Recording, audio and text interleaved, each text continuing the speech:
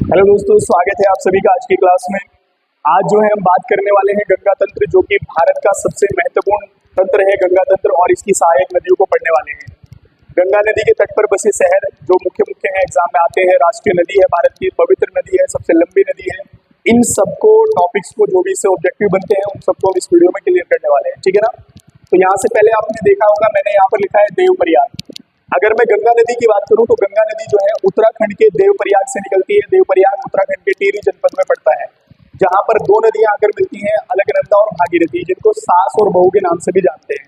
जब ये दोनों नदियां आपस में मिलती हैं तो गंगा नदी का निर्माण करती है देवप्रयाग से, जहां पर भगवान राम ने तपस्या की थी। बड़ी मान्यता है देवप्रयाग की। समस्त तीर्थों का शिरोमणि, समग्र पापों का विनाशक भी देवप्रयाग को माना जाता है, ठीक है ना। तो यहाँ से आप ध्यान रखेंगे, ये मैं आपको पहले ही तंत्र पढ़ा चुका हूँ कि गंगा नदी तंत्र कहाँ से निकलकर कहाँ चल रही है, और जो है अलकनंदा तंत्र और भागीरथी तंत्र, ये मैं आपको बता चुका हूँ। मैंने लिंक नीचे दिया है, आप जाकर देख सकते हैं। उत्तराखंड की नदियों में हम करा चुके हैं, ठीक है ना। आज हम बात करेंगे गंगा तंत्र को। तो आपको पता है कि गंगा नदी जो है वो देवप्रयाग से बनकर चली है, ठीक है ना। तो आपने देखा होगा कि जब जो है गंगा नदी उत्तराखंड के हरिद्वार जनपद में जब प्रवेश करती है, तो यहाँ पर नदी जो है गंगा नदी सबसे पहले मैदान में प्रवेश करती है, जहां पर गंगा का मैदान बनता है हरिद्वार में, ठीक है ना, हरिद्वार जनपद में, जो कि उत्तराखंड में है। और यहीं के बाद जो है नदी उत्तराखंड से बाहर निकल जाती है। अब ये जो है जाएगी कहाँ पर? उत्तर प्रदेश में जाएगी। कहाँ पर जाएगी? उत्तर प्रदेश में जाएगी। आप यहाँ से एक चीज ये ध्यान रखेंगे कि अगर हम बात करें गंगा नदी की, तो गंगा नदी जो है भारत के 5 राज्यों से होकर गुजरती है। कितने राज्यों में बहती है? 5 राज्यों में बहती है। सबसे पहले हमने बात की कौन सा? तो उत्तराखंड, जिसके बारे में हम बात कर चुके हैं, आप जाकर देख सकते हैं।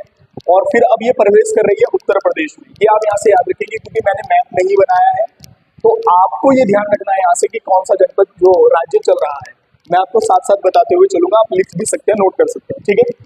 तो यहाँ से आप ध्यान रखेंगे कि जब जो है नदी हरिद्वार में प्रवेश करती है, तो सबसे पहले हम बात करेंगे जाके जगह है कन्नौज। कौन सी है? कन्नौज। ये आप यहाँ से याद रखेंगे, ठीक है ना। जगह है कन्नौज। अब कन्नौज में जो है गंगा आकर मिलती है, छोटी है, आप थोड़ा बड़ा बना सकते हैं। कन्नौज में गंगा नदी से नदी आकर मिलती है, जिसका नाम है रामगंगा। रामगंगा, ठीक है ना। अब ये रामगंगा नदी कौन सी है, ये मैं आपको बता चुका हूं। ये रामगंगा नदी वो नदी है जिसको उत्तराखंड के पश्चिमी रामगंगा के नाम से जानते हैं। और आपने देखा है कि ये जो है दूधातोली पर्वत श्रेणी से निकलती है। इसके तंत्र को भी मैं आपको पढ़ा चुका हूँ। और जो है पौड़ी के कालागढ़ से होते हुए राज्य से बाहर निकल जाती है, उत्तराखंड से, और फिर उत्तर प्रदेश में जाकर जो है ये किससे मिल रही है? गंगा नदी से मिल रही है। तो इसके निकलने का क्रम भी आप यहाँ से याद रखेंगे। आप यहाँ पर उत्तराखंड लिख सकते हैं, ठीक है ना। इसके तंत्र को मैंने आपको पढ़ा दिया था। दूधातोली पर्वत श्रेणी से निकलती है कौन सी नदी है? रामगंगा। और जहां पर जो है ये किससे मिलती है? गंगा नदी से मिलती है। तो वहां पर जो है कौन सा है? कन्नौज में जो है गंगा नदी से मिल जाती है, ठीक है ना। आगे बढ़ते हैं। आगे बढ़ने पर गंगा नदी जो है पहुंचती है सबसे महत्वपूर्ण जगह जो आप याद रखेंगे, नाम है प्रयागराज। कौन सी जगह है? प्रयागराज, जिसको पहले इलाहाबाद के नाम से जानते थे, इसी को प्रयागराज कहते हैं। यहाँ पर नदी पहुंचती है, ठीक है ना। और यहाँ पर जो है गंगा नदी से एक बड़ी ही महत्वपूर्ण नदी जो है मिलती है आकर, सबसे महत्वपूर्ण नदी, और जो इसकी सबसे लंबी सहायक नदी भी है। और इस नदी का नाम है यमुना। कौन सी नदी है? यमुना, ठीक है। अगर यमुना की बात करूं कहां से निकलती है, ये भी हम तंत्र आपको बता चुके हैं। यमुना नदी उत्तराखंड के जो है यमुनोत्री कांठा नामक स्थान से निकलती है, जो कि उत्तरकाशी जनपद में पड़ता है। और वहां से निकलने के बाद जो है उत्तराखंड में उत्तरकाशी और देहरादून में बहते हुए कालसी से राज्य से बाहर निकल जाती है और उत्तर प्रदेश में चली जाती है। अब ये जो है उत्तर प्रदेश में यमुना नदी कहाँ पर गंगा से मिलती है? तो प्रयागराज में गंगा से मिलती है। यहीं पर कुंभ भी लगता है। क्या लगता है? कुंभ भी लगता है। तो गंगा और यमुना का जो संगम होता है वो कहाँ पर होता है? प्रयागराज में होता है। ये आप यहाँ से ध्यान रखेंगे, ठीक है। अब हमने जो है इसमें जो नदी मिलाई है यमुना नदी।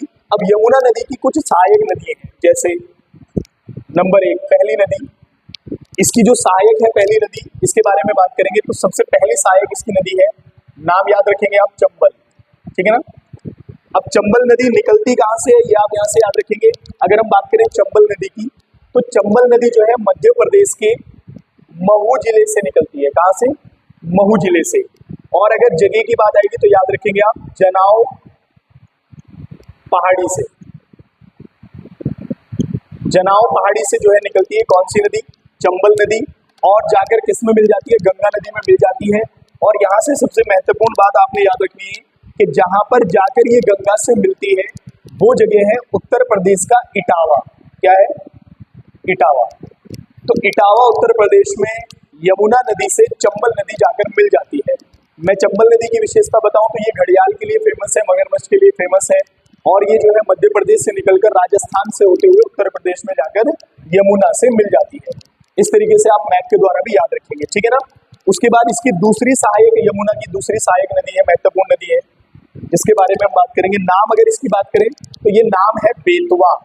कौन सी नदी है? बेतवा। चंबल के बाद जो है यमुना की सहायक है बेतवा, और बेतवा नदी कहां से निकलती है ये आप याद रखेंगे।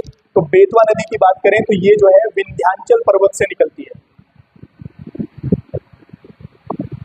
और ये भी मैं आपको बता चुका हूं कि विंध्याचल पर्वत जो कि जो है कहां पर इसका विस्तार है, ये जो है विंध्याचल पर्वतमाला जो है वो भारत को उत्तर और दक्षिण दो भागों में बांटती है, ये भी मैंने आपको बताया था।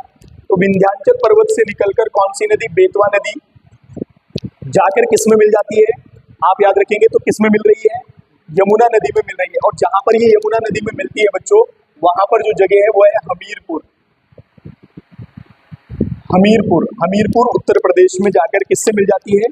यमुना नदी से मिल जाती है। और यमुना प्रयागराज में किससे मिल रही है? यमुना जो है जाकर गंगा में मिल रही है, ठीक है ना। उसके बाद इसकी एक और सहायक नदी है यमुना की, जिसका नाम है केन। कौन सी नदी है? केन। तो यहां से आप याद रखेंगे चंबल, बेतवा और केन किसकी सहायक नदी है? यमुना की सहायक नदी है। और ये जो है केन नदी कहां पर जाकर मिलती है तो आप याद रखेंगे बांदा में जो है किससे मिल जाती है? ये बांदा में जो है यमुना नदी से मिल जाती है, बांदा उत्तर प्रदेश में, ठीक है ना। ये आप यहाँ से याद रखेंगे। अब ये निकलती कहाँ से? निकलने का क्रम मैंने आपको बताया था, कैमूर पहाड़ियों से निकलती है। कहाँ से निकलती है? कैमूर पहाड़ियों से निकलती है। कौन सी नदी? केन नदी। और जाकर किस में मिल जाती है? यमुना नदी में मिल जाती है। और यमुना नदी प्रयागराज में गंगा से संगम करती है, मिल जाती है। तो यहाँ से आप प्रश्न पेपर में क्या बनता है कि यमुना सहायक है गंगा की, और यमुना की सहायक चंबल, बेतवा, केन, तो ये तीनों भी गंगा की सहायक हुई, क्योंकि ये यमुना से मिलती है और यमुना जाकर गंगा से मिल जाती है, ठीक है ना। तो ये आप यहाँ से याद रखेंगे। उसके बाद ये जो प्रोग्राम चल रहा है हरिद्वार के बाद से, जितनी नदियां मैंने मिलाई हैं, ये सब नदियां जो है उत्तर प्रदेश में मिल रही है। कहाँ पर मिल रही है? उत्तर प्रदेश में मिल रही है, ठीक है ना। अब हम यहाँ से आगे बढ़ेंगे, ठीक है ना। उत्तर प्रदेश में आगे बढ़ने पर जो है एक जगह है गाजीपुर। यहाँ पर आप याद रखेंगे कौन सी जगह है? गाजीपुर। सुना होगा आपने, उत्तर प्रदेश में पड़ता है गाजीपुर। और गाजीपुर में जो है आपकी गंगा नदी से एक बड़ी ही महत्वपूर्ण नदी आकर मिलती है, ठीक है ना, जिसका नाम है गोमती नदी। कौन सी नदी है? गोमती नदी। अब ये नदी खास क्यों है और फेमस क्यों है, इसके बारे में आप याद रखेंगे। ये निकलती कहां से है पहले आपने ये देखना है। आपने जो है गोमती नदी गंगा में गाजीपुर में मिलती है, और निकलती कहां से आपने जो है सुना होगा उत्तर प्रदेश में पीलीभीत। सुना है? पीलीभीत। ये तो जो है उत्तर प्रदेश का जिला है जो हमसे सीमा बनाता है, ये भी आपको पता होना चाहिए, ठीक है ना, जो हमसे सीमा भी बनाता है। तो यहाँ से आप याद रखेंगे पीलीभीत। और पीलीभीत में जो है एक आप याद रखेंगे नाम है झील का, फुलहर झील। फुलहर झील। तो पीलीभीत फुलहर झील से निकलती है कौन सी नदी? गोमती नदी। और जाकर किस में मिल जाती है? तो जाकर गोमती नदी जो है गाजीपुर में गंगा से मिल जाती है, यानी कि गोमती भी गंगा की सहायक नदी है। एकमात्र सहायक नदी गंगा की जो मैदान से जो है प्रवेश करती है। कहां से? मैदान से प्रवेश करती है, ठीक है ना। एकमात्र गंगा की सहायक नदी है जो मैदान से प्रवेश करती है, मतलब मैदान से इसका जो है उद्गम स्थल होता है। ये पर्वत या पहाड़ों से नहीं निकलती, ये भी आप यहाँ से याद रखेंगे, ठीक है ना। अब देखो यहाँ पर जो है उत्तर प्रदेश में अभी हमने कितनी नदी मिलाई है, आप याद रखेंगे रामगंगा, उसके बाद यमुना, और उसके बाद गोमती, और फिर यमुना की सहायक नदी है। तो ये सारी के सारी चीजें जो है कहाँ पर हुई है? उत्तर प्रदेश में हुई है, ठीक है ना। अब हम बात करते हैं, आगे नदी बढ़ी है तो नदी जाएगी बिहार में। कहाँ पर जाएगी? बिहार में। आगे गंगा बिहार में जाएगी, और बिहार में जो जगह है नाम याद रखेंगे आप, छपरा। कौन सी नदी है? वो जगह है छपरा, ठीक है ना। अब बिहार के छपरा में जो है इससे एक नदी आकर मिलती है, ठीक है ना, इससे एक नदी आकर मिलती है जिसका नाम है, जिसको घाघरा भी बोलते हैं या इसको सरयू भी बोलते हैं, ये आप याद रखेंगे, ठीक है ना। और ये कोई एक नदी नहीं है बल्कि ये दो नदियों का संगम है। क्या है? दो नदियों का संगम है। कैसे? मैं आपको बता देता हूं। देखो, एक नदी जो है यहां से आपकी आ रही है नेपाल से, जिसका नाम है कर्णाली नदी। कौन सी नदी है? कर्णाली, ठीक है ना। और दूसरी नदी जो नेपाल से ही आ रही है लेकिन प्रभावित जो निकलती है, उद्गम है, वो हमारे उत्तराखंड से इसका उद्गम था। नाम है शारदा, जिसको उत्तराखंड में काली नदी के नाम से जानते हैं। यहां से आप याद रखेंगे, उत्तराखंड में जिसको काली नदी के नाम से जानते हैं शारदा, ये नेपाल में चली जाती है शारदा के नाम से, और नेपाल से जब ये आती है और कर्णाली के साथ मिलकर ये जो है घाघरा या सरयू का निर्माण करते हैं। और ये दोनों जहां पर मिलते हैं वो जगह है बहराइच, ये आप यहां से याद रखेंगे, बहराइच, ठीक है ना। जब ये दोनों मिली तो घाघरा या सरयू का निर्माण किया और जो है आगे चलकर जो है छपरा में ये गंगा से मिल गई। तो कुल मिलाकर बात यह है कि उत्तराखंड से निकलने वाली काली नदी पूर्वी सीमा बनाती है जो उत्तराखंड की, वो जो है गंगा की सहायक है, ठीक है ना। आगे बढ़ते हैं। अब आगे बढ़ने पर जो है यहाँ से जब आप आगे नदी को बढ़ाएंगे तो सबसे महत्वपूर्ण जगह है और सबसे महत्वपूर्ण नदी इस पर आकर मिलती है। जगह का नाम है पटना। कौन सी? पटना, ठीक है ना। आप सबको जानते हैं पटना को, ठीक है ना। और पटना में जो है इससे एक नदी आकर मिलती है जिसका नाम है, और फेमस नदी है, इसकी कई बार सहायक नदी के रूप में भी इसको पूछा जाता है। नदी का नाम है सोन नदी। कौन सी नदी है? सोन नदी, ठीक है ना। और सोन नदी का जो निकलने का क्रम है वो आप यहां से याद रखेंगे कि सोन नदी जो है वो अमरकंटक की पहाड़ियों से निकलती है, अमरकंटक की पहाड़ी से निकलती है। कौन सी नदी? सोन नदी। और जाकर पटना में किससे मिल जाती है? तो जाकर पटना में गंगा नदी से मिल जाती है। कौन सी नदी? सोन नदी, ठीक है ना। आगे बढ़ते हैं। अब आगे बढ़ने पर जो है गंगा नदी में जो है जगह है सोनपुर। कौन सी जगह है? सोनपुर, ये भी बिहार में ही है, सोनपुर। अब गंगा नदी में जो है आगे बढ़ने पर बिहार के सोनपुर में जो है एक नदी आकर मिलती है जो कि नेपाल क्षेत्र से आती है और सबसे प्रमुख सहायक है क्योंकि इसके नाम को भी पेपर में पूछा जाता है। नदी का नाम है गंडक। कौन सी नदी है? गंडक नदी। गंडक नदी नेपाल क्षेत्र से आकर सोनपुर में जो है गंगा नदी से मिल जाती है, ठीक है ना। और यहाँ से आप याद रखेंगे कि भैया ये नेपाल क्षेत्र से आ रही है। कहाँ से आ रही है? नेपाल से आ रही है, ठीक है ना। उसके बाद आगे बड़ी महत्वपूर्ण, आगे जब नदी बढ़ती है, आगे नदी बढ़ने पर जो है नदी पहुंचती है कुर्सेला। कहाँ पर पहुंचती है? कुर्सेला में पहुंचती है, और ये भी बिहार में है। यहां से आप याद रखेंगे कुर्सेला। और कुर्सेला में जो है गंगा नदी से सबसे महत्वपूर्ण नदी मिलती है आकर, जिसके बारे में अक्सर एग्जाम में प्रश्न पूछा जाता है, ठीक है ना। तो कुर्सेला में जो है गंगा का जो संगम होता है वो कोसी नदी से होता है। किससे होता है? कोसी नदी से होता है, ठीक है ना। और अगर बात करें कि कोसी नदी निकलती कहाँ से है तो आप यहाँ से याद रखेंगे कि ये आ तो रही है नेपाल क्षेत्र से ही। कहाँ से आ रही है? नेपाल क्षेत्र से ही निकल कर आ रही है, लेकिन एक आप जगह याद रखेंगे कि गोसाई थान, गोसाई थान पर्वत, यहां से निकल कर आ रही है कौन सी नदी? कोसी नदी, ठीक है ना। और कोसी नदी को मार्ग बदलने वाली या मार्ग को चेंज करने वाली नदी भी मानते हैं, और इसको बिहार का शोक कहा जाता है क्योंकि बिहार में काफी बाढ़ के जो है इससे खतरा बना रहता है और ये बाढ़ का कारण बनती भी है, ठीक है ना। तो यहाँ तक आप ध्यान रखेंगे कि ये जो नदी है मैंने आपको मिलाई है, ये नदी इसकी उत्तर प्रदेश में मिली, रामगंगा गोमती। उसके बाद यमुना नदी और यमुना की सहायक। उसके बाद बिहार में जो है आप याद रखेंगे छपरा में मिली है सरयू या घाघरा, गंडक मिली है, कोसी मिली है, सोन मिली है, ठीक है ना। उसके बाद मेरे पास जगह नहीं है, मैं इसके जो डायग्राम है नदी का वो यहाँ पर बना रहा हूँ, ठीक है ना। जब कुर्सेला से नदी आगे बढ़ती है, कुर्सेला से नदी आगे बढ़ती है और पश्चिम बंगाल में प्रवेश करती है। कहाँ पर? पश्चिम बंगाल में नदी जो है प्रवेश करती है। यहाँ से आप याद ध्यान रखेंगे, ठीक है ना। तो पश्चिम बंगाल में जब प्रवेश करती है तो आप यहाँ से ध्यान रखेंगे एक बड़ी ही महत्वपूर्ण नदी इससे आकर मिलती है यहाँ पर, और इस नदी के मिलने से यहाँ पर एक बैराज बनता है जिसका नाम है फरक्का बैराज। कौन सा बैराज है? फरक्का बैराज है, ठीक है ना। फरक्का बैराज में इसमें ऊपर से आकर एक नदी मिलती है, ठीक है ना। ये तंत्र आप ध्यान रखें, मैं यहाँ से इसको यहाँ बना रहा हूँ, तो जगह कम है इस वजह से यहाँ पर बनाया जा रहा है, ठीक है ना। तो फरक्का बैराज में इसमें जो है एक नदी आकर मिलती है जिसका नाम है, नदी का नाम है महानंदा। कौन सी नदी है? महानंदा नदी। और यहाँ से आप बड़ी ही महत्वपूर्ण चीज आप याद रखेंगे कि महानंदा नदी जो आती है वो कहाँ से आती है? तो दार्जिलिंग से आती है। कहाँ से आती है? दार्जिलिंग से आती है। कौन सी नदी है? महानंदा नदी है। और एक चीज और ध्यान रखेंगे, ये भारत में गंगा की अंतिम सहायक नदी है।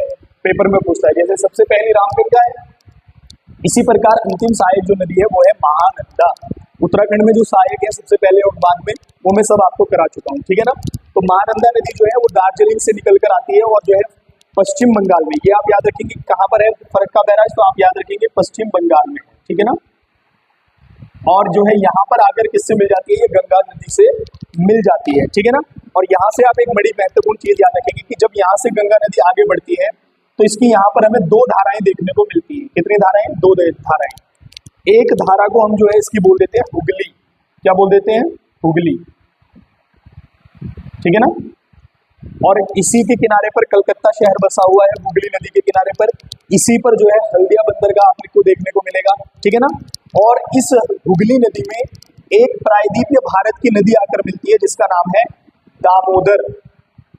दामोदर। मैं आपको ये बता रहा हूँ, फरक्का बैराज के बाद गंगा नदी की दो धाराएं देखने को मिलती हैं।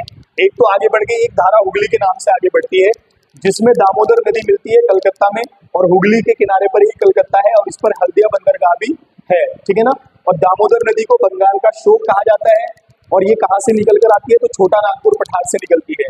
ये प्रायद्वीपीय भारत की नदी के अंतर्गत आएगी, हिमालय की नदी के अंतर्गत नहीं आएगी। ये हम आपको प्रायद्वीप की नदियों में पढ़ाएंगे, फिलहाल मैं आपको बता रहा हूँ, ठीक है ना।